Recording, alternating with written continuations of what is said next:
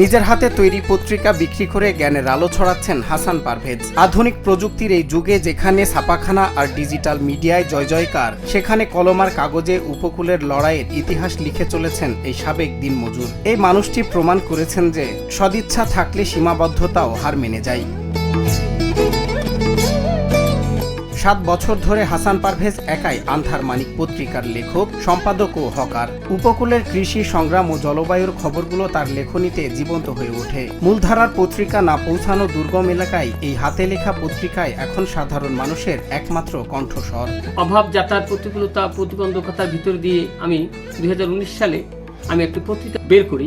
এটা হচ্ছে আন্ধারমানিক নদী। এই নদীর নাম অনুসারে আমার পত্রিকাটার নামকরণ হয় আন্ধারমানিক।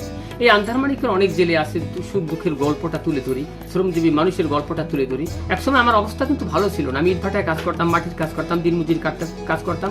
কাজের ভিত্তিতে আমার জীবিকা। এই পত্রিকার সবচেয়ে বিশেষ দিক হলো এর সংবাদকর্মীরা। পটুয়াখালীর কলাপাড়া উপজেলার সোনাতলা গ্রামে হাসান পারভেজের সঙ্গে কাঁধে কাঁধ মিলিয়ে কাজ করছেন আরও 10 থেকে 15 জন, যাদের সবাই পেশায় শ্রমিক, যারা কোনো পারিশ্রমিক ছাড়াই গ্রাম ঘুরে ঘুরে সংবাদ সংগ্রহ করেন। একটি ছোট্ট ঘরে বসে হাতে লিখে তৈরি করা হয় পত্রিকার মূল কপি। এরপর ফটোকপি করে সুন্দর মলাট লাগিয়ে সাধারণ মানুষের হাতে পৌঁছে দেওয়া হয়। হাসান ভাই নিজেই পত্রিকা লেখে, নিজেই বিক্রি করে, হাইটে হাইটে বেচে, কিন্তু যারা কিনতে না পারে তাদের কাছে ফ্রি দিয়ে দেয়। জনপদের খবর ঘুরে ঘুরে সংগ্রহ করিয়া তারপর তার আমাদের কথা বলে। মাত্র 10 টাকা মূল্যের এই পত্রিকাটি প্রতি মাসে 300 কপি ছাপা হয়। তবে টাকার চেয়েও তথ্যের গুরুত্ব এখানে বেশি, তাই সামর্থ্যহীন অনেকের হাতে তিনি বিনামূল্যে পত্রিকা পৌঁছে দেন।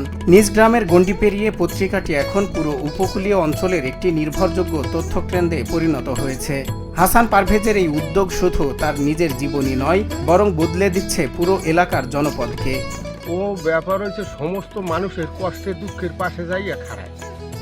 ওর কাজই হয়েছে কিটা কষ্টে আছে, ও নিজে খাউক আর না খাউক ওই চিন্তাও করে না।